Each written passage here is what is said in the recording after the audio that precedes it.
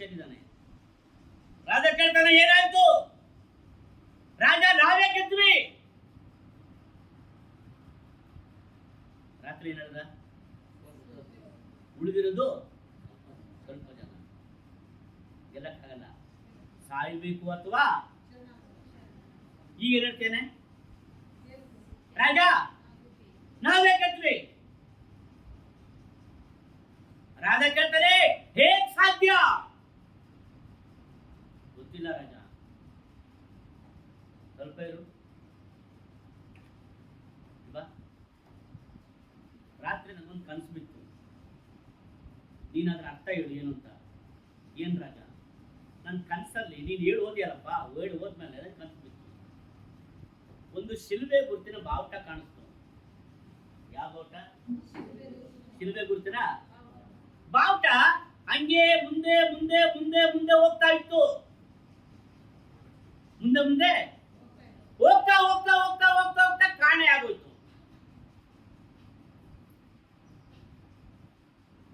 ಅರ್ಥ ಏನು? ರಾಜ, ನನ್ಗೆ ಅಷ್ಟೆಲ್ಲ ಗೊತ್ತಿಲ್ಲ. ಗೊತ್ತಿರೋನ ಕರೆ. ಅವನು ಏನ್ ಮಾಡ್ತಾನೆ, ಕ್ರೈಸ್ತ ಮುಖಂಡರನ್ನ ಕರೀತಾನೆ, ಮತ್ತೆ ವಿದ್ವಾಂಸರನ್ನ, ಆ ದೇಶದ ವಿದ್ವಾಂಸನ ಕರೀತಾನೆ.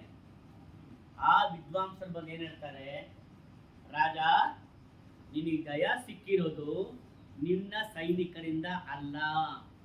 ನೀನ್ ನೋಡ್ದಲ್ಲ ಶಿಲುಬೆ ಗುರುತು, ಆದ್ರಿಂದ. ಶಿಲುಬೆ ಗುರುತ ಏನದು? ರಾಜ, ಕ್ರೈಸ್ತರು ಶಿಲುಬೆಯ ಮೇಲೆ ಪ್ರಾಣ ಕೊಟ್ಟ ಯೇಸು ಕ್ರಿಸ್ತನನ್ನ ಆರಾಧಿಸ್ತಾರೆ. ಯಾರನ್ನ? ಹಂಗಾದ್ರೆ ನೀನು ಹೇಳೋ ಮಾತಿನ ಅರ್ಥ ಏನು ರಾಜ?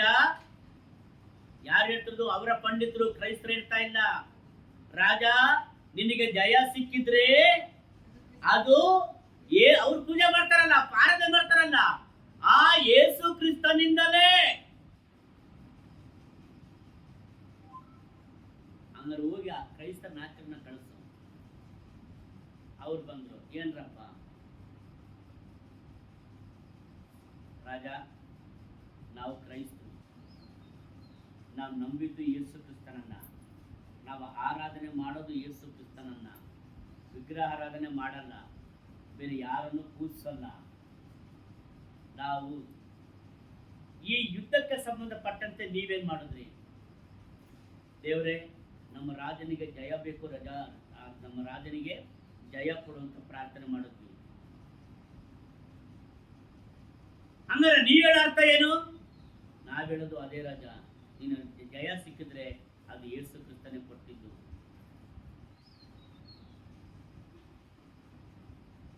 ಹಾಗಾದ್ರೆ ಯೇಸು ಕ್ರಿಸ್ತ ನನಗೆ ಜಯ ಕೊಟ್ಟನಾ?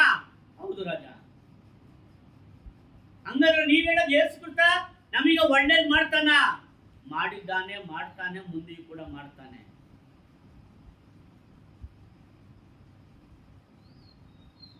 ಆವಾಗ ಆ ದೇಶದ ರಾಜನ ಕೈ ಕೆಳಗಿರ್ತಾರಲ್ಲ, ಅವ್ರನ್ನೆಲ್ಲ ಕರೀತಾನೆ, ಅರ್ಜೆಂಟ ಬರ್ರಿ ಮಾತಾಡಬೇಕು. ಬರ್ತಾರೆ. ಬಂದಾಗ ಒಂದು ಪ್ರಶ್ನೆ ಹೊಡ್ತಾರೆ, ಯಾರು ಮುಚ್ಚುಮರೆ ಮಾಡಬಾರ್ದು, ನೇರವಾಗಿ ಹೇಳಬೇಕು. ಓಕೆ, ನಮ್ಮ ರೋಮ್ ಸಾಮ್ರಾಜ್ಯಕ್ಕೆ ಜಯ ಸಿಕ್ಕಿದೆ. ಇವರೆಲ್ಲರೂ ಹೇಳೋ ಪ್ರಕಾರ ಯಾರಿಂದ ಜಯ ಸಿಕ್ಕಿರೋದು? ಯೇಸು ಕ್ರಿಸ್ತನಿಂದ ಅಲ್ವಾ? ಹಾಗಾದ್ರೆ ಯೇಸು ಕ್ರಿಸ್ತನಿಂದ ನನಗೆ ಜಯ ಸಿಕ್ಕಿದ್ದಾದ್ರೆ ನೀವ್ ಹೇಳೋ ಪ್ರಕಾರ ಯೇಸು ಕ್ರಿಸ್ತನು ನಮಗೆ ಒಳ್ಳೆಯದನ್ನು ಮಾಡ್ತಾನೆ. ಹೌದು ರಾಜ. ಯೇಸು ಕ್ರಿಸ್ತನು ಒಳ್ಳೆಯದನ್ನೇ ಮಾಡ್ತಾನೆ ಅನ್ನೋದಾದ್ರೆ ಇವತ್ತಿನವರೆಗೂ ನಮ್ಮ ಸಾಮ್ರಾಜ್ಯದಲ್ಲಿ ಕ್ರೈಸ್ತರಿಗೆ ಯಾಕೆ ಹಿಂಸೆ ಕೊಡ್ತಾ ಇದ್ದಾರೆ? ಕರೆಕ್ಟಾ? 400 ವರ್ಷ, ಹೆಚ್ಚು ಕಡಿಮೆ 400 ವರ್ಷ ಯಾಕೆ ಕ್ರೈಸ್ತರಿಗೆ ಕೊಡಬಾರದ ಕಷ್ಟ, ಕೊಡಬಾರದ ಹಿಂಸೆ ಕೊಟ್ಟು ಅವ್ರನ್ನ ಕೊಲ್ತಾ ಇದ್ದಾರೆ?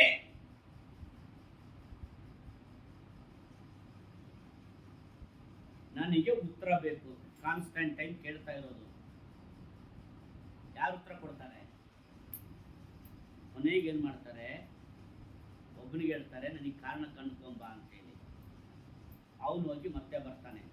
ಬಂದಾಗ ಅದೇ ಉತ್ತರ ಹೇಳ್ತಾನೆ. ರಾಜ, 2 ಕಾರಣಕ್ಕಾಗಿ ಕ್ರೈಸ್ತರಿಗೆ ಹಿಂಸೆ ಕೊಡ್ತಾ ಬಂದಿದ್ದಾರೆ 400 ವರ್ಷ. ಯಾವ ಕಾರಣ? ಒಂದು, ರಾಜನನ್ನ ದೇವರೆಂದು ಪೂಜಿಸಲ್ಲ. ಯಾರು? ಈ ಕ್ರೈಸ್ತರು. 2, ದೇಶಕ್ಕೆ ತೆರಿಗೆ ಕಟ್ಟಲ್ಲ. ಅರ್ಥ ಆಯ್ತಾ? ಈಗ ರಾಜ ಏನ್ ಮಾಡ್ತಾನೆ? ಖಜಾನೆ ಅಧಿಕಾರನ ಕಳ್ತಾನೆ. ರೋಮ್ ಸರ್ಕಾರದ ಖಜಾನೆ ಅಧಿಕಾರಿ. ಏನು ಟೈಮ್ ಕೊಡ್ತೀನಿ, ಇಷ್ಟು ದಿನ ಟೈಮ್ ಹೋಗಿ ಖಜಾನೆ ರೆಕಾರ್ಡ್ ಪ್ರಕಾರ ಕ್ರೈಸ್ತರು ದೇಶಕ್ಕೆ ತೆರಿಗೆ ಕೊಟ್ರ ಇಲ್ವಾ ಬಂದು ಹೇಳು. ಓಕೆ. ಇನ್ನೊಂದು, ಈ ಕ್ರೈಸ್ತರ ನಾನು ನೇರವಾಗಿ ಕೇಳ್ಕೊಳ್ತೀನಿ. ಕ್ರೈಸ್ತರಿಗೆ ಕೇಳ್ತಾನೆ, ನಾಯಕರಿಗೆ, ನೀವು ಯಾಕೆ ರಾಜನನ್ನ ಪೂಜೆ ಮಾಡಲ್ಲ? ಓಕೆ, ಇದೇ ಟೈಪ್ ತಾನೆ ಅವರಿಗೆ. ಕ್ಲೀನ ಯೇಸು ಕ್ರಿಸ್ತನ ಬಗ್ಗೆ ಹೇಳ್ತಾರೆ. ರಾಜ, ಯೇಸು ಕ್ರಿಸ್ತನು ಧರ್ಮ ಸ್ಥಾಪನೆಗಾಗಿ ಆಗಲಿ ಅಥವಾ ಮತ ಸ್ಥಾಪನೆಗಾಗಿ ಆಗಲಿ ಬಂದಿಲ್ಲ. ಅನೇಕ ಧರ್ಮಗಳು ಬಂದು ಹೋಗಿವೆ. ಯೇಸು ಕ್ರಿಸ್ತನು ಬಂದಿದ್ದು ಮಾನವನನ್ನ ಪಾಪಗಳಿಂದ ಬಿಡುಗಡೆ ಮಾಡಿ ರಕ್ಷಣೆ ಕೊಡ್ಲಿಕ್ಕೆ. ಬೈಬಲ್ ಅಲ್ಲಿ ಬರೆದಿದೆ, ಆತನೊಬ್ಬನೇ ದೇವರು, ಆತನನ್ನ ಬಿಟ್ಟು ಬೇರೆ ಯಾರನ್ನು ಪೂಜಿಸಬಾರದು, ಯಾರನ್ನು ಆರಾಧಿಸಬಾರದು. ರಾಜ ಕೇಳ್ತಾನೆ ರಾಜನು ಕೂಡ ನನ್ನ ಹಾಗೆ ಮನುಷ್ಯನಲ್ವಾ? ನೀನು ನಮ್ಮ ಹಾಗೆ ಮನುಷ್ಯನಲ್ವಾ? ನಿನ್ನನ್ನು ನಾವು ದೇವತೆ ಹೆಂಗ್ ಮಾಡೋದು? ನಿನ್ನ ದೇವರು ಅಂತ ಹೇಳಿದ್ರೆ ನಾವು ದೇವರಲ್ವಾ? ಕರೆಕ್ಟ್, ನೀವು ಹೇಳಿದ್ ಕರೆಕ್ಟ್. ಒಂದು ಪ್ರಶ್ನೆ ಉತ್ತರ ಸಿಕ್ತು. ಇನ್ನೊಂದು ಪ್ರಶ್ನೆ, ಟ್ಯಾಕ್ಸ್ ಕಟ್ಟಿಲ್ಲ ಅಂದ್ರಲ್ಲ, ಖಜಾನಾಧಿಕಾರನ ಕಳಿಸ್ದ.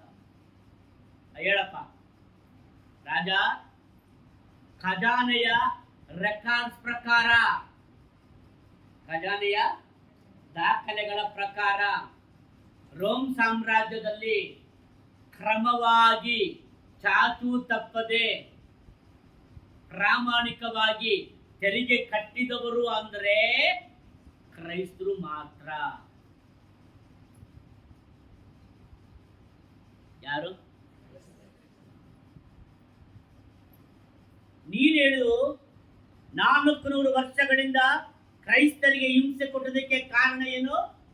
ತೆರಿಗೆ ಕಟ್ಟಿಲ್ಲ, ರಾಜನನ್ನ ದೇವರಂತ ಪೂಜೆ ಮಾಡಲ್ಲ. ಇದೆರಡಕ್ಕೂ ಉತ್ತರ ಕೊಟ್ಟರು ಸುಳ್ಳು ಅಂತೇಳಿ. ಸುಳ್ಳು ತಾನೆ? ರಾಜ 312ರಲ್ಲಿ ಇದಾದ ಮೇಲೆ ಅವನು ಒಂದು ರಾಜಾಜ್ಞೆ ಹೊರಡಿಸ್ತಾನೆ. ಇವತ್ತಿನಿಂದ, ಯಾವತ್ತಿನಿಂದ? 312 ಹೇಳ್ತಾನೆ, ಇವತ್ತಿನಿಂದ ನಮ್ಮ ರೋಮ್ ಸಾಮ್ರಾಜ್ಯದಲ್ಲಿ ಯಾರೇ ಆದ್ರೂ ಕ್ರೈಸ್ತರಿಗೆ ಹಿಂಸೆ ಕೊಟ್ರೆ ಅವ್ರನ್ನ ಕೊಲ್ಲಲಾಗುವುದು. ಯಾರಿಗೆ ಹಿಂಸೆ ಕೊಟ್ರೆ ಮುಗಿತವ್ರದ್ದು. ಕ್ರೈಸ್ತರನ್ನ ಯಾರು ಮುಟ್ಟಂಗಿಲ್ಲ, ಯಾರು ಹಿಂಸೆ ಕೊಡೋಂಗಿಲ್ಲ. ನೆಕ್ಸ್ಟ್ ಸ್ಟೆಪ್, ಎಲ್ಲಾ ಕ್ರೈಸ್ತ ಮುಖಂಡರನ್ನ ಕರೆಸ್ತಾನೆ. ಏನಾಯ್ತು? ಆಯ್ತಾ? ಕರೆಸಿದ್ಮೇಲೆ ಒಬ್ಬೊಬ್ಬರನ್ನ ಕೇಳ್ತಾನೆ. ಓಕೆ, ಪಾಸ್ಟರ್ ನೇತನ್, ನಿಮ್ಮ ಚರ್ಚಲ್ಲಿ ಎಷ್ಟು ಜನ ಇದ್ದಾರೆ? ರಾಜ, ನಮ್ಮ ಚರ್ಚಲ್ಲಿ 100 ಜನ ಇದ್ದಾರೆ. ಚರ್ಚ್ ಬಿಲ್ಡಿಂಗ್ ಹೆಂಗಿದೆ? ಇಲ್ಲ ರಾಜ, ಎಲ್ಲ ಹೊಡೆದಾಕಿದ್ದಾರೆ. ಖಜಾನೆ ಅಧಿಕಾರಿ, ಅವರಿಗೆ ಚರ್ಚ್ ಬಿಲ್ಡಿಂಗ್ ಕಟ್ಟಿಸ್ಕೊಡ್ಬೇಕು. ಯಾವ ದುಡ್ಡಿಂದ? ನಮ್ಮ ಖಜಾನೆಯಿಂದ. ನೇತನಿಗೆ ಎಷ್ಟು ಸಂಬಳ ಬರ್ತಾ ಇತ್ತು? ಆ ರಾಜ 1000 ರೂಪಾಯಿ ಬರ್ತಾ ಇತ್ತು. ಈ ತಿಂಗಳಿಂದ 2000 ರೂಪಾಯಿ ಸಂಬಳ, ಆ ಚರ್ಚ್ ಬಿಲ್ಡಿಂಗ್ ಕಟ್ಕೊಡ್ರಿ, ಮುಗಿತು. ಪಾಸ್ಟರ್ ತಾಯಣ್ಣ, ನಿಮ್ಮಲ್ಲಿ ಎಷ್ಟು ಜನ ಇದ್ದಾರೆ? ನಮ್ಮ ಚರ್ಚಲ್ಲಿ 1000 ಜನ ಇದ್ದಾರೆ. ನಿನಗೆ ಸಂಬಳ ಎಷ್ಟು? 2000. ಅವರಿಗೆ 4000 ಸಂಬಳ ಕೊಡಿ. ಅವರಿಗೆ 4000 ಸಂಬಳ ಕೊಡಿ. ಅವ್ರಿಗೊಂದು ಬೈಕ್ ಕೊಡಿಸ್ರಿ. ಪಾಸ್ಟರ್ ಮೋಹನ್ ಇದ್ದಾರೆ ನಿಮ್ಮಲ್ಲಿ, ನಮ್ಮಲ್ಲಿ 2000 ಜನ ಇದ್ದಾರೆ. ನಿಮ್ದು ಬಿಲ್ಡಿಂಗ್ ಏನಾಯ್ತು, ನೆಲಸಮ ಆಗೋಯ್ತು, ಬಿಲ್ಡಿಂಗ್ ಕಟ್ಕೊಟ್ಟು ಅವರಿಗೆ ಸಂಬಳ ಎಷ್ಟಿತ್ತು 5,000, ಬರೋ ತಿಂಗಳಿಂದ 10,000 ಕೊಡಿ, ಅವ್ರಿಗೊಂದು ಜೀಪ್ ಕೊಡಿ, ಆಮೇಲೆ ಅವ್ರ ಮನೆ ಹಿಂದ್ಗಡೆ ತೋಟ ಮಾಡಲಿಕ್ಕೆ ಏನು ಬೇಕಾ ವ್ಯವಸ್ಥೆ ಮಾಡಿಕೊಡಿ. ಅರ್ಥ ಆಯ್ತಾ? ಸಂಬಳ ಜಾಸ್ತಿ ಮಾಡ್ದ, ಅನುಕೂಲತೆ ಜಾಸ್ತಿ. ಆವತ್ತು ಏನು ಮಾಡ್ದ ಅಂತಂದ್ರೆ ಕಾನ್ಸ್ಟಂಟೈನ್ ದೇವರ ಸೇವಕರುಗಳಿಗೆ ತೋಟ, ಹೊಲ, ಗದ್ದೆ ಇವುಗಳೆಲ್ಲವನ್ನು ಕೂಡ ಫ್ರೀಯಾಗಿ ಕೊಟ್ಟ. ಅರ್ಥ ಆಯ್ತಾ? ಆವತ್ತು ಪ್ರಾರಂಭವಾಗಿದ್ದು ಇವತ್ತು ಬಂದ್ರೆ ಇವತ್ತು ಕ್ಯಾಥಲಿಕ್ ಫಾದರ್ ನೋಡೋ ತೋಟಗಳಿದೆ. ಅರ್ಥ ಆಯ್ತಾ? ಏನಾಯ್ತು? ಎಲ್ಲ ಮಾಡ್ದ, ಜಾಸ್ತಿ ಆಯ್ತಲ್ಲ. ಒಂದು ತಿಳ್ಕೊಡ್ರಿ, ಕ್ರೈಸ್ತ ಧರ್ಮವನ್ನ ಅವನೇನ್ ಮಾಡ್ದ? ಯಾಕೆ?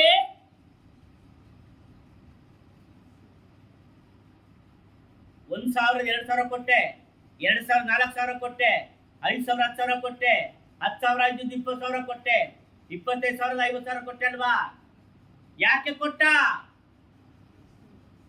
ನನ್ನನ್ನು ರಾಜನ ಸ್ಥಾನದಿಂದ ಯಾರು ಕೆಳಗಿಳಿಸಬಾರ್ದು. ಅರ್ಥ ಆಯ್ತಾ? ಮಾಡಿ ಎಲ್ಲ ಅದಾದ್ಮೇಲೆ ಕ್ರೈಸ್ತರ ಹತ್ರ ಡಿಸ್ಕಷನ್ ಸ್ಟಾರ್ಟ್ ಮಾಡ್ದ. ಆಮೇಲೆ ಏನು ಅವಾಗ ಹೇಳಿದ್ರು, ದೇವರು ಬರೆದು ಕೊಟ್ಟಂತ ಬೈಬಲ್ ನಮಗೆ ಬಹಳ ಅಮೂಲ್ಯ, ನಮಗೆ ಬಹಳ ಪ್ರಾಮುಖ್ಯ. ಅವಾಗ ಏನ್ ಮಾಡ್ತಾನೆ, ನೀವು ಕ್ರೈಸ್ತರು ಏನ್ ನಂಬ್ತೀರಾ, ನಿಮ್ಮ ನಂಬಿಕೆ ಏನು, ಅದನ್ನೆಲ್ಲ ನನಗೆ ಬೇಕು ಅಂತ. ಕೊನೆಗೆ ಕ್ರೈಸ್ತರೆಲ್ಲ ಸೇರಿ ಒಂದು ಸಮ್ಮೇಳನ ಮಾಡ್ದ, ಕಾನ್ಫರೆನ್ಸ್ ಮಾಡ್ದ. ಯಾವುದು? ಕ್ರೈಸ್ತರನ್ನೆಲ್ಲ ಸೇರಿಸಿ ಕಾನ್ಫರೆನ್ಸ್. ಅದಕ್ಕೆ ಕ್ರಿಸ್ತ ಶಕ 325ರಲ್ಲಿ ಆತ ಏನ್ ಮಾಡ್ತಾನೆ, ಒಂದು ಕ್ರೈಸ್ತ ಸಮ್ಮೇಳನ ಮಾಡ್ತಾನೆ. ಅದು ಕೂಡ ನೈಸಿಯಾ ಅನ್ನುವಂತಹ ಪಟ್ಟಣದಲ್ಲಿ. ಅದಕ್ಕೆ ಏನಂತ ಕರೀತಾರೆ? Council of ನೈಸಿಯಾ.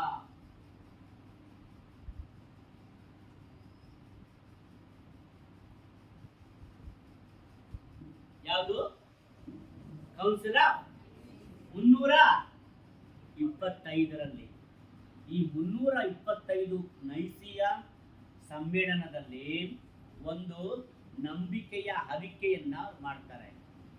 ನಿಮ್ಮಲ್ಲಿ ಎಷ್ಟು ಜನ CSI ಚರ್ಚೆಗೆ ಹೋಗ್ತೀರಾ? ಎಷ್ಟು ಜನ ಹೋಗಿದ್ದೀರಾ?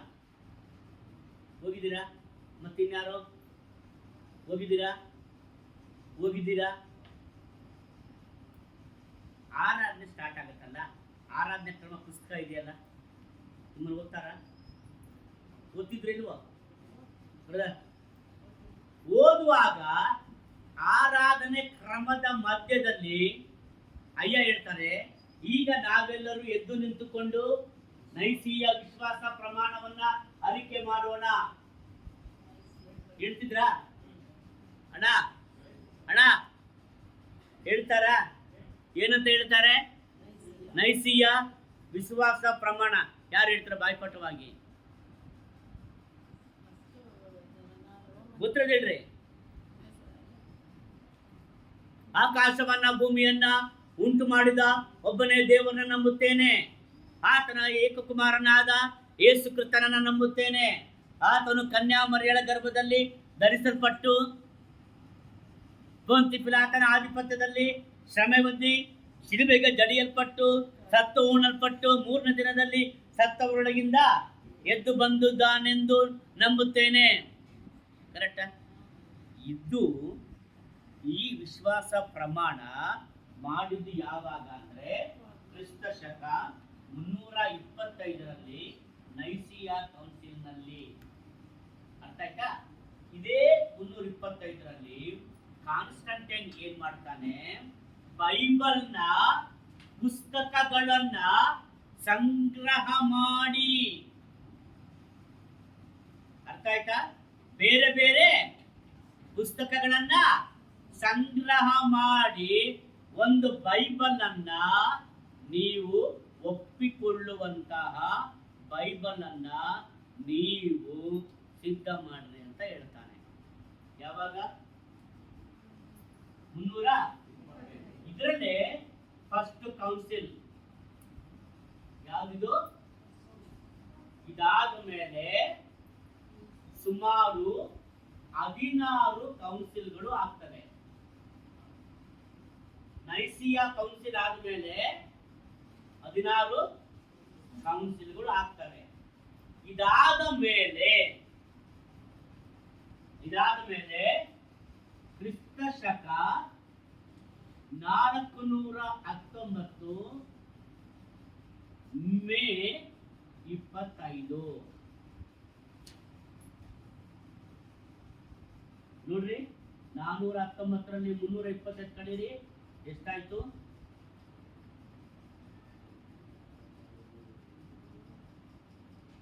ಕರೆಕ್ಟಾ? ತಪ್ಪ? ಆಯ್ತಾ? ಕರೆಕ್ಟಾ ಲೆಕ್ಕ? ಟೀಚರ್ ಯಾರು ಹೇಳಿದ್ರೆ ಅಕ್ಕ ಉದಯಕ ಕರೆಕ್ಟಾ? 325ರಲ್ಲಿ ಮೊದಲನೇ ಕೌನ್ಸಿಲ್ ಆಯ್ತಲ್ವಾ? ಹಾಗಾದ್ರೆ 16 ಕೌನ್ಸಿಲ್ ಆಗ್ತದೆ. 17ನೇ ಕೌನ್ಸಿಲ್ ಕ್ರಿಸ್ತ ಶಕ 419 ಮೇ 25. ಆ ಕಾನ್ಫರೆನ್ಸ್ ಏನ್ ಹೇಳ್ತಾರೆ ಅಂದ್ರೆ ಕಾರ್ತೇಜ್. ಯಾವುದು?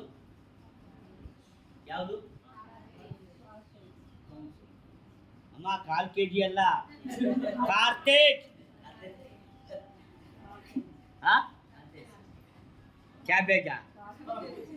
ಕ್ಯಾಬೇಜು ಅಲ್ಲ ಕಣಮ್ಮ, ಕಾರ್ತೇಜ್. ಈ ಕಾರ್ತೇಜ್ ಅಲ್ಲಿ 419ರಲ್ಲಿ ಮೇ 25ನೇ ತಾರೀಕು ಏನಾಗತ್ತೆ? ಈ ಕಾರ್ತೇಜ್ ಕೌನ್ಸಿಲ್ ನಲ್ಲಿ 66 ಪುಸ್ತಕಗಳುಳ್ಳ ಗ್ರಂಥವೇ ಬೈಬಲ್ ಅಂತ ಲಾಸ್ಟ್ ಏನ್ ಮಾಡ್ತಾರೆ? ಮುದ್ರೆ ಹಾಕ್ತಾರೆ. ಏನಂತಾರೆ?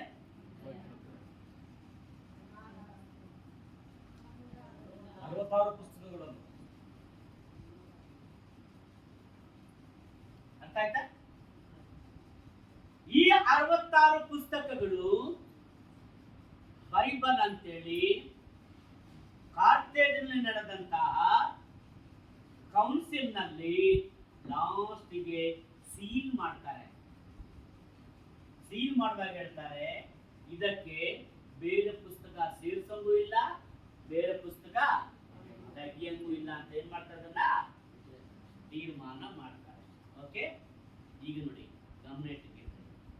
ಈಗ 66 ಪುಸ್ತಕವನ್ನ ಅವ್ರೇನ್ ಹೇಳ್ತಾರೆ? ಬೈಬಲ್ ಅಂತ ತೀರ್ಮಾನ ಮಾಡಿದ ಮೇಲೆ ಒಂದು ಹೇಳಿಕೆಯನ್ನ ಈ ಕಾನ್ಫರೆನ್ಸ್ ನಲ್ಲಿ ಅವರು ನಿರ್ಧಾರ ಮಾಡಿ ಹೇಳ್ತಾರೆ. ಏನ್ ನಿರ್ಧಾರ ಮಾಡಿ ಹೇಳ್ತಾರೆ ಅಂದ್ರೆ, ಬೈಬಲ್ ನಮಗೆ ಸಿಕ್ಕಿದ್ದು 2 ಮೂಲಗಳಿಂದ. ಅದನ್ನ ಒಪ್ಕೊಂಡ ಮೇಲೆ 66 ಪುಸ್ತಕನ ಒಪ್ಕೊಳ್ತಾರೆ. ಓಕೆ, ಹಾಗಾದ್ರೆ ಬೈಬಲ್ ನಮ್ಮ ಕೈಗೆ ಬಂದಿದ್ದು, ಅಥವಾ ಈ 66 ಪುಸ್ತಕ ನಮ್ಮ ಕೈಗೆ ಬಂದಿದ್ದು 2 ಮೂಲಗಳಿಂದ ಅಥವಾ 2 ವಿಧಗಳಿಂದ. ಯಾವ 2 ವಿಧಗಳು ಅಂತ ಹೇಳಿದ್ರೆ, ಒಂದು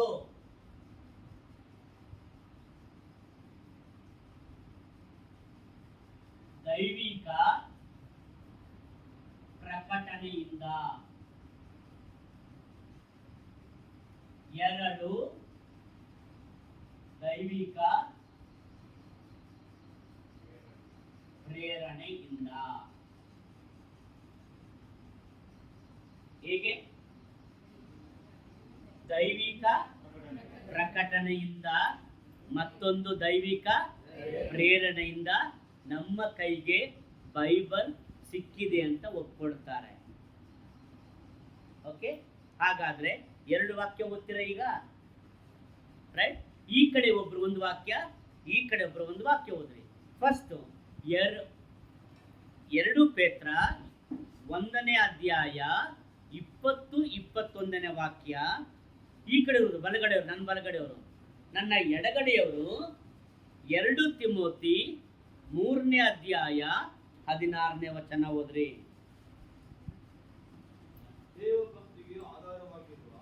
ಅಣ್ಣ ಫಸ್ಟ್ ಇದು ಈ ಕಡೆಯವರು.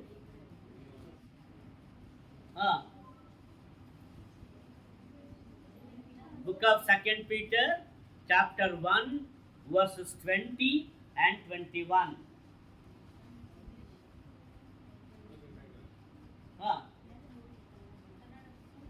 ಕನ್ನಡ, ಇಂಗ್ಲಿಷ್, ತೆಲುಗು, ಮಲಯಾಳಂ ಓದ್ರಿ.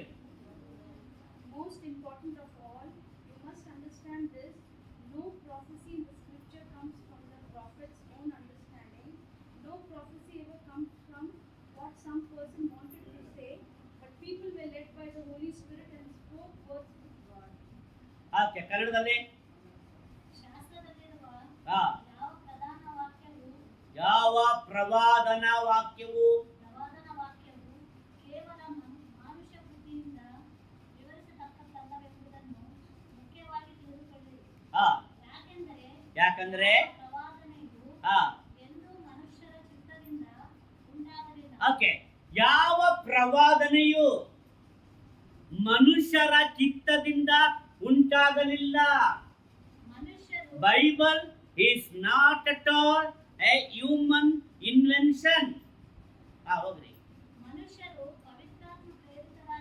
ಮನುಷ್ಯರು ಪವಿತ್ರಾತ್ಮ ಪ್ರೇರಿತರಾಗಿ ದೇವರಿಂದ ಹೊಂದಿದ್ದನ್ನೇ ಮಾತಾಡಿದರು. ಓಕೆ, ಯಾರಿಂದ ಹೊಂದಿದ್ದು? ದೇವರಿಂದ. ದೇವರಿಂದ ಹೊಂದಿದ್ರು ಅರ್ಥ ಏನು? ದೇವರಿಂದ ಹೊಂದಿದ್ದು ಅಂದ್ರೆ ಏನು? ದೇವರಿಂದ ಹೊಂದಿದ್ದು ಅಂದ್ರೆ ಹೆಂಗೆ ಹೇಳ್ತೀರಾ?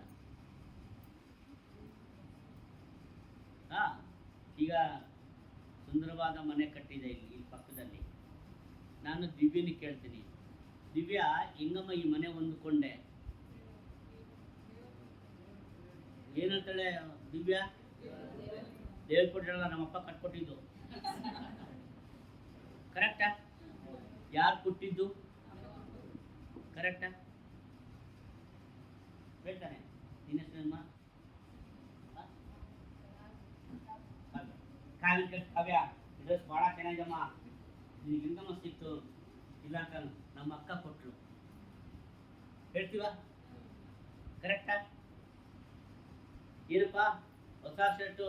ಇಲ್ಲ, ನಮ್ಮಣ್ಣ ಕೊಟ್ಟಿದ್ದು, ನಮ್ಮ ಕರೆಕ್ಟಾ? ಹಾಗಾದ್ರೆ ದೇವರಿಂದ ಹೊಂದಿದ್ದು ಅಂದ್ರೆ ಅರ್ಥ ಏನು? ಜೋರಾಗಿ ಹೇಳ್ರಿ. ಯಾರು ಕೊಟ್ಟಿದ್ದು? ಕರೆಕ್ಟಾ?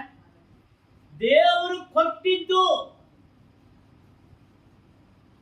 ದೇವರು ಕೊಟ್ಟಿದ್ದನ್ನೇ ಇವರು ಮಾತಾಡೋದು. ದೇವರು ಕೊಟ್ಟಿದ್ದು ಏನು?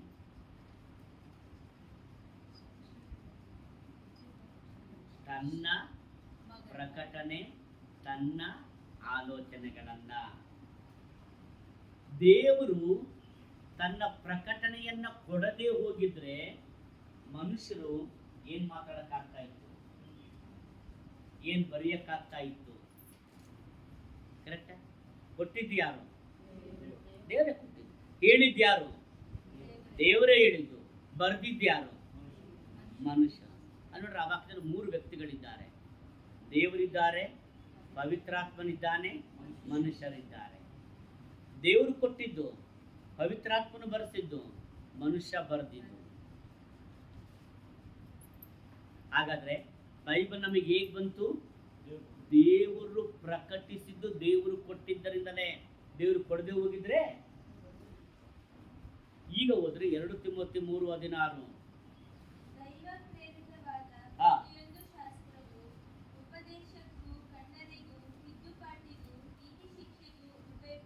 ಇಲ್ಲಿ ಹೇಳ್ತಿದೆ ವಾಕ್ಯ, ದೈವ ಪ್ರೇರಿತವಾದ. ಹಾಗಾದ್ರೆ ಬೈಬಲ್ ನಮಗೆ ಹೇಗೆ ಬಂತು? ದೈವಿಕ ಪ್ರಕಟಣೆಯಿಂದ. ಅಂದ್ರೆ ದೇವರೇ ಪ್ರಕಟಿಸಿ ಹೇಳಿದ್ದು, ದೇವರೇ ಪ್ರಕಟಿಸಿ ಹೇಳಿದ್ದನ್ನ ಪವಿತ್ರಾತ್ಮನ ಪ್ರೇರಣೆಯಿಂದ ಮನುಷ್ಯರು ಬರೆದರು. ಇದು ಮನುಷ್ಯರು ಪ್ರಾಮುಖ್ಯ ಅಲ್ಲ, ಬರೆದವರು ಪ್ರಾಮುಖ್ಯ ಅಲ್ಲ. ಬರೆಸಿದಂತ ಪ್ರಕಟಿಸಿದಂತ ದೇವರು, ಬರೆಸಿದಂತ ಪವಿತ್ರಾತ್ಮನೇ ಮುಖ್ಯ. ಮನುಷ್ಯರೇನಾಗಿದ್ದಾರೆ? ಕೇವಲ ಸಾಧನ ಅಷ್ಟೇ. ಬೈಬಲ್ನ ಬರೆಸಿದ್ಯಾರು? ಪವಿತ್ರಾತ್ಮನೇ. ಹೇಳಿದ್ಯಾರು? ಅರ್ಥ ಆಯ್ತಾ? ಮನುಷ್ಯರು. ದೇವರು ಪ್ರಕಟಿಸಿದನು. ಅದಕ್ಕೆ ನಾವು ಪ್ರವಾದನ ಪುಸ್ತಕ ನೋಡ್ರಿ, ಯಾವುದೇ ಓದ್ರಿ, ಹೋಶೇಯ, ಯೋವೇಲ, ಇದು ಏಷಾಯ, ಯೆರೆಮೀಯ, ಏಷ್ಕೆಲ, ದಾನಿಯೇಲ, ಹೋಶೇಯ, ಯೋವೇಲ, ಆಮೋಸ, ಓಬದ್ಯ, ಯೋನ, ಮೀಕ, ನಹುಮ, ಹಬಕ್ಕೂಕ, ಚೆಫನ್ಯ, ಹಗ್ಗಾಯ, ಜಕರ್ಯ, ಮಲಾಕೆ. ನೋಡ್ತಾ ಹೋಗ್ರಿ, ಎಲ್ಲ ಪುಸ್ತಕ ಮೊದಲನೇ ವಚನನ ನೀವು ನೋಡ್ತಾ ಹೋಗ್ರಿ. ಏನಂತ ಹೇಳ್ತಾರೆ? ಇಂಥವರ ಮಗನಾದ ಇಂಥವನಿಗೆ ಯೆಹೋವನು ದಯಪಾಲಿಸಿದ ವಾಕ್ಯ. ಯಾರು? ಯಾರಾದ್ರೂ ಒಂದೆರಡು ವಾಕ್ಯ ಓದ್ರಿ. ಯೋವೇಲನ ಗ್ರಂಥ 1ನೇ ಅಧ್ಯಾಯ 1ನೇ ವಚನ, ಆಮೋಸನ ಪ್ರವಾದನ ಗ್ರಂಥ 1ನೇ ಅಧ್ಯಾಯ 1ನೇ ವಚನ ಓದಿ ನೋಡೋಣ. ಯಾರ್ಯಾರಿಗೆ ಚಿಕ್ಕ ಪ್ರವಾದ ಪುಸ್ತಕ ಸಿಗುತ್ತೋ ಎಲ್ಲರೂ ಒಂದೊಂದು ತಗೊಳ್ರಿ. ನನ್ನ ಯೋವೇಲ, ಆಮೋಸ, ಓಬದ್ಯ, ಯೋನ, ಮೀಕ, ನಹುಮ, ಹಬಕ್ಕೂಕ, ಚೆಫನ್ಯ, ಹಗ್ಗಾಯ, ಜಕರ್ಯ, ಮಲಾಕಿಯ ಎಲ್ಲ ಒಂದೊಂದ ತಕೊಳ್ರಿ. ಮೊದಲನೇ ವಾಕ್ಯ ಓದ್ರಿ.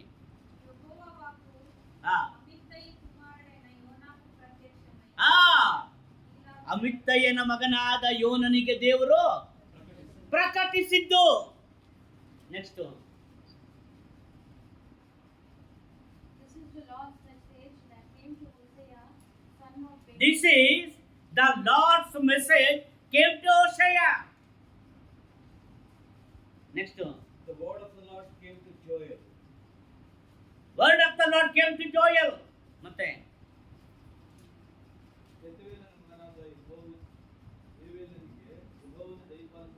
ಯೆಹೋವನು ದಯಪಾಲಿಸಿದ ವಾಕ್ಯ. ಬೇರೆ This is the message of Amos, one of the shepherds from the city. They quote, he saw vision about Israel during the time that Uzziah was king of Judah and Jeroboam son of Joshua was king of Israel. This was 2 years before the earthquake. Amos said, the Lord will shout like a lion in Zion. Lord will shout like a lion. Next ಇನ್ನೊಬ್ರು ಬೇರೆ. ಓಬದ್ಯನಿಗಾದ ದೈವ ದರ್ಶನ. ಏನಂತೆ? ಅರ್ಥ ಆಯ್ತಾ? ಯಾರು ಹೇಳಿದ್ದು? ಯಾರು ನೋಡಿದ್ದದ್ದು?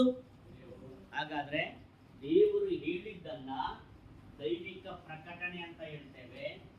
ದೇವರು ಹೇಳಿದ್ದನ್ನ ಬರೀತಾರಲ್ಲ, ಪವಿತ್ರಾತ್ಮ ಪ್ರೇರಿತರಾಗಿ ಅದನ್ನ ದೈವಿಕ ಪ್ರೇರಣೆ ಅಂತ ಹೇಳ್ತೇವೆ. ಓಕೆ, ಹಾಗಾದ್ರೆ ದೈವಿಕ ಪ್ರಕಟಣೆ ಮತ್ತು ದೈವಿಕ ಪ್ರೇರಣೆಯಿಂದ ಬರೆಯಲ್ಪಟ್ಟ ಪುಸ್ತಕಗಳೆಷ್ಟು? 60. ದೈವಿಕ ಪ್ರೇರಣೆಯಿಂದ, ಅದಕ್ಕಿಂತ ಮೊದಲು ದೈವಿಕ ಪ್ರಕಟಣೆಯಿಂದ ಬರೆಯಲ್ಪಟ್ಟ ಈ 66 ಪುಸ್ತಕಗಳಲ್ಲಿ 65ನೇ ಪುಸ್ತಕ ಯಾವುದು?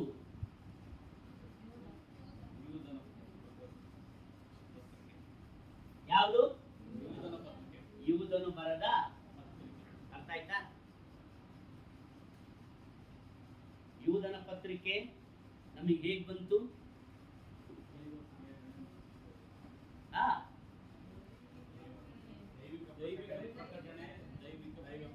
ದೈವಿಕ ಪ್ರಕಟಣೆಯಿಂದ ಮತ್ತು ದೈವಿಕ ಪ್ರೇರಣೆಯಿಂದ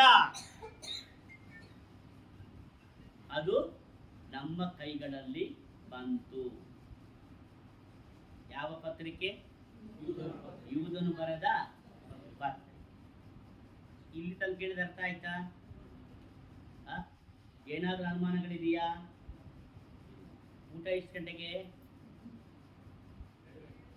2 ಗಂಟೆಗೆ, ಹೌದಾ? 2 o'clock. Okay, right. ಇಡೀ ಬೈಬಲ್ನಲ್ಲಿ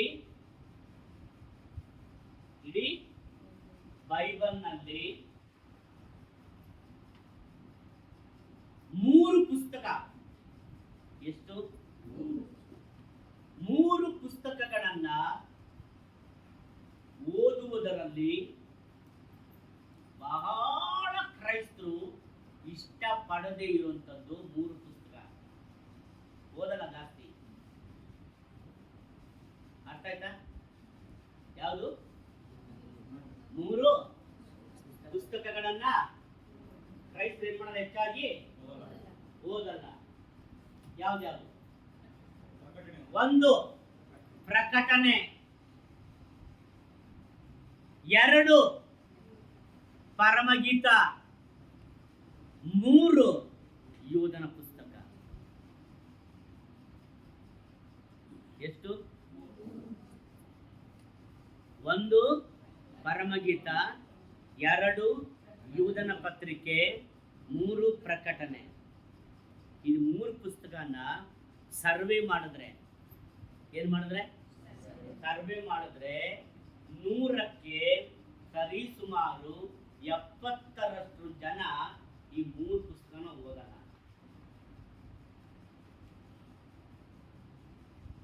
ಆಯ್ತಾ? ಅಂದ್ರೆ ನಿರ್ಲಕ್ಷ್ಯಕ್ಕೆ ಒಳಗಾದ, ಓದಲಿಕ್ಕೆ ಇಷ್ಟಪಡದ ಒಂದು ಪುಸ್ತಕ ಅಂದ್ರೆ ಯೂದನು ಬರೆದ ಪತ್ರಿಕೆ. ಆದ್ರೆ ಕ್ರೈಸ್ತ ವಿಶ್ವಾಸಿಗಳು ಅಥವಾ ದೇವ ಜನರು ಖಂಡಿತವಾಗಿಯೂ ಈ ಕಾಲಘಟ್ಟದಲ್ಲಿ ಓದಿ ತಿಳಿದುಕೊಳ್ಳಲೇಬೇಕಾದ ಒಂದು ಪುಸ್ತಕ ಅಂದ್ರೆ ಯೂದನು ಬರೆದ ಪತ್ರಿಕೆ. ಯಾವುದು? ಯೂದನು ಬರೆದ ಪತ್ರಿಕೆ. ಅನೇಕ ವೇದ ಪಂಡಿತರು ಈ ಬೈಬಲ್ನಲ್ಲಿ 2 ಪುಸ್ತಕವನ್ನ 2 ಕಾರ್ಯಗಳಿಗೆ ಹೇಳುತ್ತಾರೆ. ಒಂದು ಅಪೊಸ್ತಲರ ಕೃತ್ಯಗಳ ಪುಸ್ತಕ. ಯಾವುದು? ಅಪೊಸ್ತಲರ ಕೃತ್ಯಗಳ ಪುಸ್ತಕ. ಅದು ಯಾರ ಕೃತ್ಯಗಳು? ಅಪೊಸ್ತಲರ ಕೃತ್ಯಗಳು. ಆದರೆ ಯೂದನ ಪತ್ರಿಕೆಯನ್ನ ದುರ್ಬೋಧಕರ ಕೃತ್ಯಗಳ ಪುಸ್ತಕ. ಆಯ್ತಾ? ಅರ್ಥ ಆಯ್ತಾ? ಅಲ್ಲಿ ಅಪೊಸ್ತಲರ ಕೃತ್ಯಗಳ ಪುಸ್ತಕ. ಹಾಗೂ ಈ ಯೂದನ ಪತ್ರಿಕೆಯನ್ನ ಸುಳ್ಳು ಬೋಧಕರ ಅಥವಾ ದುರ್ಬೋಧಕರ ಕೃತ್ಯಗಳ ಪುಸ್ತಕ ಅಂತ ಕರೀತಾರೆ. ಮತ್ತೆ ಕೆಲವರು ಹೇಳ್ತಾರೆ ಅಪೊಸ್ತಲರ ಕೃತ್ಯಗಳ ಪುಸ್ತಕವನ್ನ ಪವಿತ್ರಾತ್ಮನ ಕೃತ್ಯಗಳ ಪುಸ್ತಕ ಅಂತಾರೆ. ಯಾರ ಪುಸ್ತಕ? ಪವಿತ್ರಾತ್ಮನ ಕೃತ್ಯಗಳ ಪುಸ್ತಕ ಅಂತ ಹೇಳ್ತಾರೆ. ಆದ್ರೆ ಈ ಪುಸ್ತಕವನ್ನ, ಯೂದನ ಪುಸ್ತಕವನ್ನ ದುರಾತ್ಮನ ಕೃತ್ಯಗಳ ಪುಸ್ತಕ ಅಂತ ಕರೀತಾರೆ. ಯಾರ ಪುಸ್ತಕ? ಅಪೊಸ್ತಲರ ಕೃತ್ಯಗಳನ್ನ ಪವಿತ್ರಾತ್ಮನ ಅಥವಾ ದೇವರಾತ್ಮನ ಕೃತ್ಯಗಳ ಪುಸ್ತಕ ಅಂತ ಹೇಳ್ತಾರೆ. ಈ ಯೂದನ ಪತ್ರಿಕೆಯನ್ನ ದುರಾತ್ಮನ ಕೃತ್ಯಗಳ ಪುಸ್ತಕ ಎಂಬುದಾಗಿ ಕರೆಯುತ್ತಾರೆ. ಅರ್ಥ ಆಯ್ತಾ? ಯಾಕೆ ಹಂಗಂತಾರೆ? ಕಾರಣ ಏನು? ಕಾರಣ ಎಂದ್ರೆ ಯೂದನ ಪತ್ರಿಕೆಯ ಮುಖ್ಯವಾದ ಪ್ರಸ್ತಾಪ ಏನು ಅಂತ ಹೇಳಿದ್ರೆ ಸುಳ್ಳು ಬೋಧಕರು ಅಥವಾ ದುರ್ಬೋಧಕರು. ಯಾರು? ಅಥವಾ ದುರ್ಬೋಧಕರ ವಿಷಯವಾದ ಎಚ್ಚರಿಕೆ. ಓಕೆ, ಅದರ ಸ್ವಲ್ಪ ನೋಡೋಣ. ಯೇಸು ಕ್ರಿಸ್ತನು ಮರಣ ಹೊಂದಿ ಹೂಣಲ್ಪಟ್ಟು ಪುನರುತ್ಥಾನ ಹೊಂದಿದ ಮೇಲೆ, ಯಾವಾಗ ಆತ್ನು ಪುನರುತ್ಥಾನ ಹೊಂದಿದ ಮೇಲೆ ಕ್ರೈಸ್ತರ ಸಂಖ್ಯೆ ಹೆಚ್ಚಾಗುತ್ತಾ ಬಂತು ಅಲ್ವಾ? ಕರೆಕ್ಟಾ?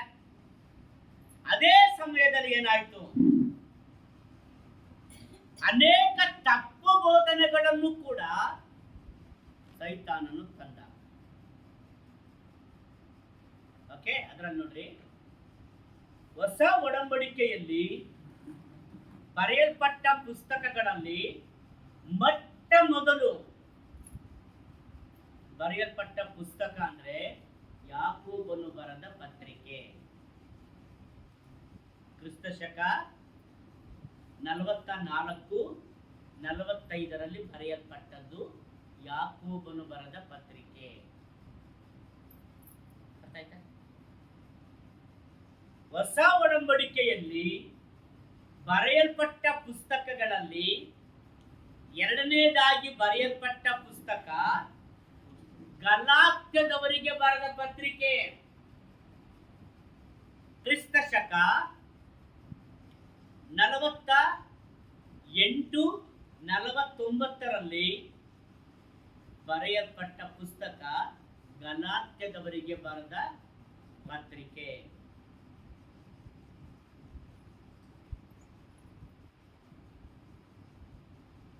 ಓಕೆ, ಸರಿಯಾ? ಯಾವಾಗ ಗಲಾತ್ಯದವರಿಗೆ ಪತ್ರಿಕೆಯನ್ನ ಪೌಲ ಬರೆದಲ್ಲ,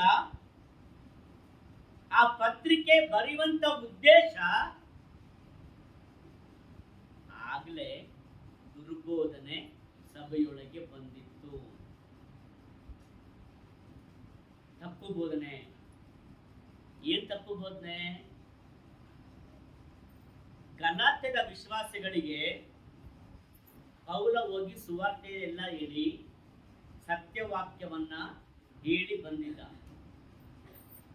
ಆಯ್ತಾ? ಗಲಾತ್ಯ ಬಿಟ್ಟು ಮುಂದೆ ಹೋದ. ಯಾರು? ಪೌಲ, ಸೀಲ, ತಿಮೋತಿ ಇವರೆಲ್ಲರೂ ಕೂಡ ಬೇರೆ ಬೇರೆ ಬೇರೆ ಕಡೆಗಳಿಗೆ ಹೋದ್ರು. ಅವ್ರು ಆ ಕಡೆ ಹೋಗ್ತಾ ಇದ್ದಂಗೆ ಈ ಕಡೆ ಕೆಲವರು ಬಂದರು. ಯಾರು? ಯಹೂದ್ಯ ಮತದವರು. ಯಾರು?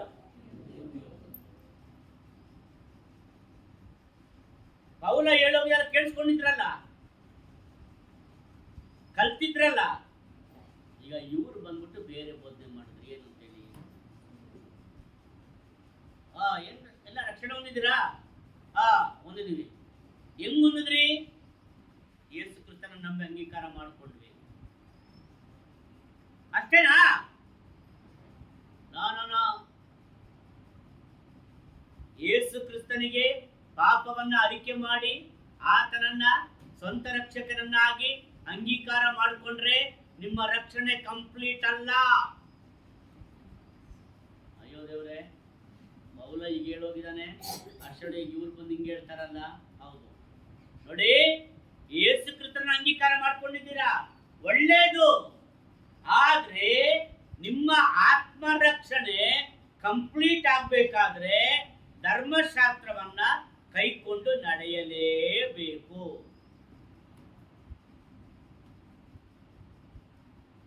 ತಲೆ ಕೆಟ್ಟು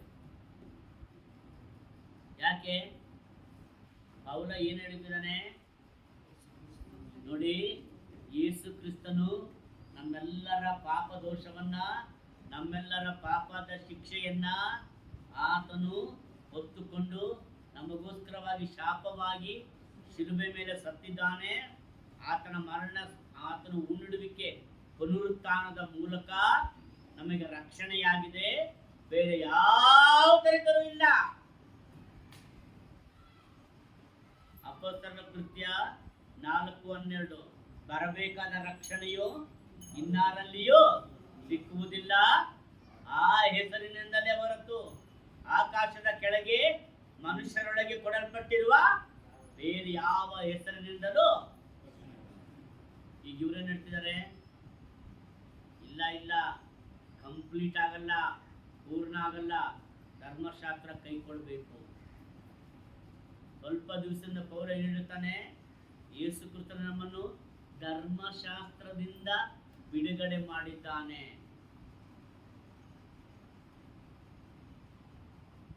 ತಲೆ ಕೆರ್ಪಡ್ತಾರೆ. ಪೌಲ ಹೇಳೋದ, ಧರ್ಮಶಾಸ್ತ್ರದಿಂದ ಯೇಸು ಕ್ರಿಸ್ತನು ನಮ್ಮನ್ನು ಏನ್ ಮಾಡಿದ್ದಾನೆ, ಆಯ್ತಾ? ಇವರೇನ್ ಹೇಳ್ತಾರೆ, ಧರ್ಮಶಾಸ್ತ್ರ ಕೈಕೊಂಡ್ರೆ ಮಾತ್ರ ರಕ್ಷಣೆ ಕಂಪ್ಲೀಟ್ ಆಗೋದು.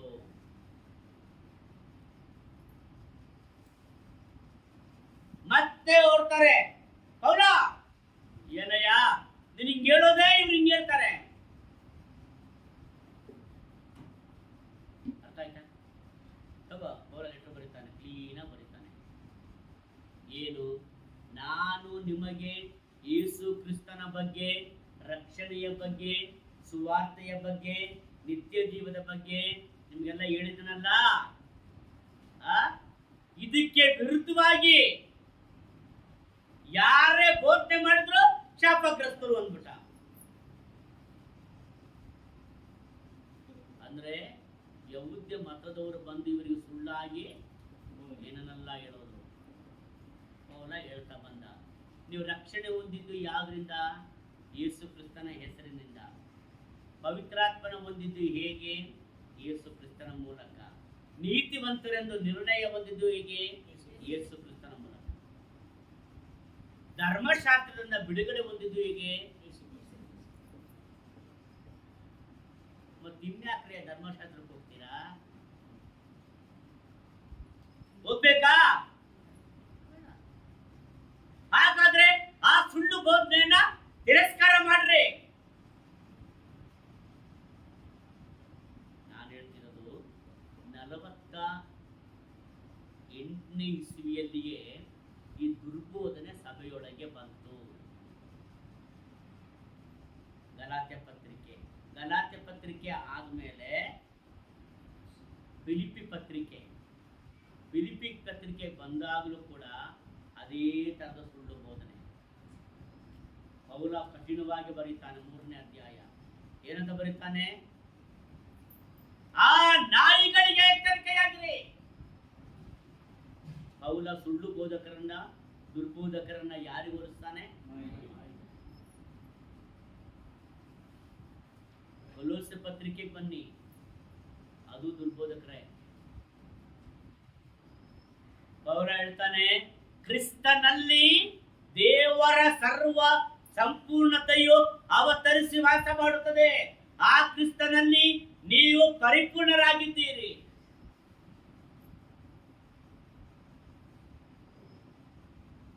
ಆಗ ಮೊದಲನೇ ಶತಮಾನದಲ್ಲಿ ಒಂದು ಬೋಧನೆ, ದುರ್ಬೋಧನೆ ಬಹಳ ಫೇಮಸ್ ಆಗಿರುತ್ತೆ. ಒಂದು ದುರ್ಬೋಧನೆ ಬಹಳ ಫೇಮಸ್ ಆಗಿರುತ್ತೆ. ಆ ದುರ್ಬೋಧನೆಯ ಹೆಸರು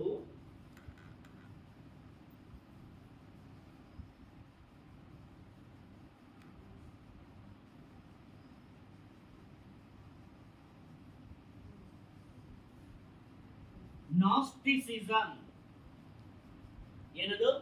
ನಾಸ್ಟಿಸಿಸಂ. ಇವ್ರೇನು ಬೋಧನೆ? ಇವ್ರ ಬೋಧನೆ ಏನು ಅಂದ್ರೆ, ರಕ್ಷಣೆ ಹೊಂದಿದ್ದೀರಾ? ಹೆಂಗ್ ಹೊಂದಿದ್ದೀರಾ?